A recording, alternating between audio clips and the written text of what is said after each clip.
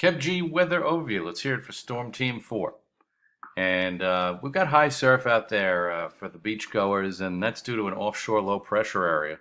And that storm, developing low pressure, is going to stay east of the region, but it's kicking up the waves. And just be careful going down to the old shoreline as we take in the waning days of summer, and it's going to feel like summer through much of next week, I think. I think the overall pattern looks pretty warm to me. I think we have to wait for next weekend, the first full weekend of autumn, to maybe see a change in the overall weather pattern. But overall, it looks pretty warm to me. Now, I was looking at the European today.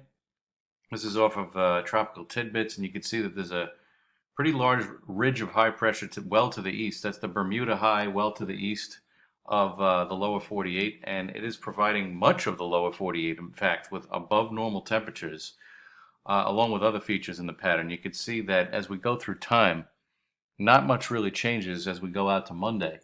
I think that high pressure area is basically going to remain in charge of the weather, and as such, the region is going to be experiencing above normal temperatures. Now, whatever goes out to sea over the next few days may linger in the North Atlantic, and that is going to be held in place by the ridge of high pressure over us, both to the north and also to the east of us. So as we get into Thursday, though, of next week, we're all out to the 8th day of the forecast period.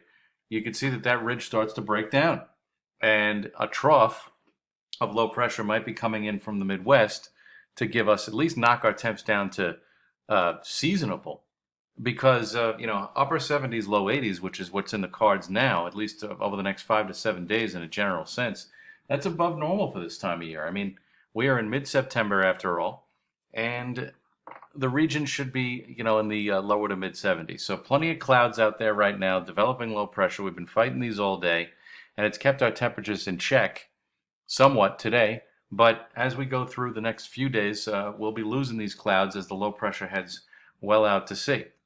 Now, as we take a look at the evolution of this off of Tropical Tidbits once again, the GFS model does have the low east of the Carolina Capes. And as we go into tomorrow, that low pressure is going to slowly chug off to the east. And it may develop into a tropical storm as it passes well to the east of southeast Massachusetts. But no real bother to us. What we will see is diminishing clouds as this system works out into the open Atlantic waters. And what's left for us is mainly sunny skies for Saturday and Sunday. I think, we'll be fighting some clouds tomorrow once again. But Saturday, Sunday look good. Temperatures around 80, which once again is above normal for this time of year. You see this high that drops down from Canada. It's in control of our weather through much of the early portion of next week, as the high stubbornly just sits over the northeast states.